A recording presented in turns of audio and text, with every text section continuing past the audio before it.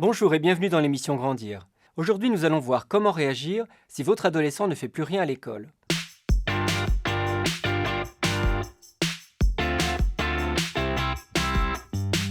Jusqu'alors, vous aviez un adolescent qui travaillait pas mal à l'école, bien sûr, vous étiez à ses côtés pour l'aider, et là, d'un seul coup, quoi que vous fassiez, il refuse de faire ses devoirs et ses notes ne cessent de chuter. Si votre adolescent ne fait plus rien à l'école, c'est pas la peine de vous inscrire sur un mode uniquement conflictuel. C'est pas ça qui fera avancer les choses. La première conduite à tenir est de rechercher des troubles associés. Si votre adolescent ne fait plus rien à l'école, mais continue de s'amuser, d'avoir des activités sportives, de voir ses copains, de rigoler, de bien dormir, de bien manger, il n'y a pas d'inquiétude à avoir sur le plan purement psychologique.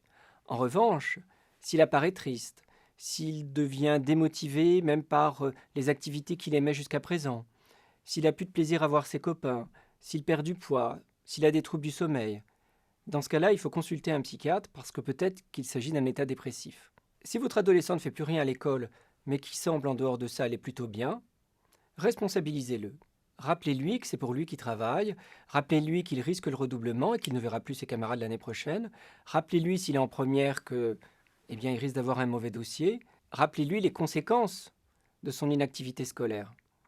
Et responsabilisez-le, ça veut dire aussi cesser de vouloir absolument l'accompagner pour ses devoirs. Souvent à cet âge-là, prendre son envol pour un adolescent, c'est aussi prendre son envol avec l'école parce que dans son esprit, l'école et les parents, c'est une même entité. Quand les parents se sont beaucoup occupés de l'école, l'adolescent associe école et parents. Et donc en voulant se décoller de ses parents, il se décolle de l'école. Donc le mieux, c'est de le laisser se réapproprier l'école pour que l'école devienne justement un lieu d'émancipation.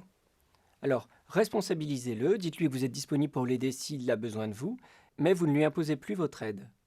En revanche, vous pouvez déléguer, lui proposer un professeur particulier, même idéalement plutôt un étudiant.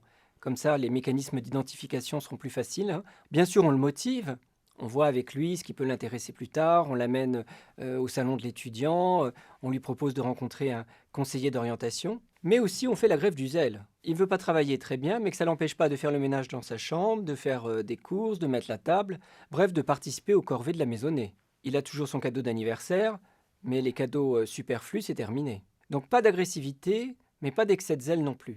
Enfin, si malgré tout les choses n'évoluent pas positivement, on pourra toujours le changer d'établissement, éventuellement en cours d'année, ou bien lui proposer un break en lui disant écoute, là clairement, t'es dans autre chose que dans le scolaire, donc on va te proposer des stages, ou alors on va t'envoyer à l'étranger pour travailler ta langue, et tu referas ton année l'année prochaine, histoire de ne pas perdre trop de temps. Merci de votre attention, et à la semaine prochaine.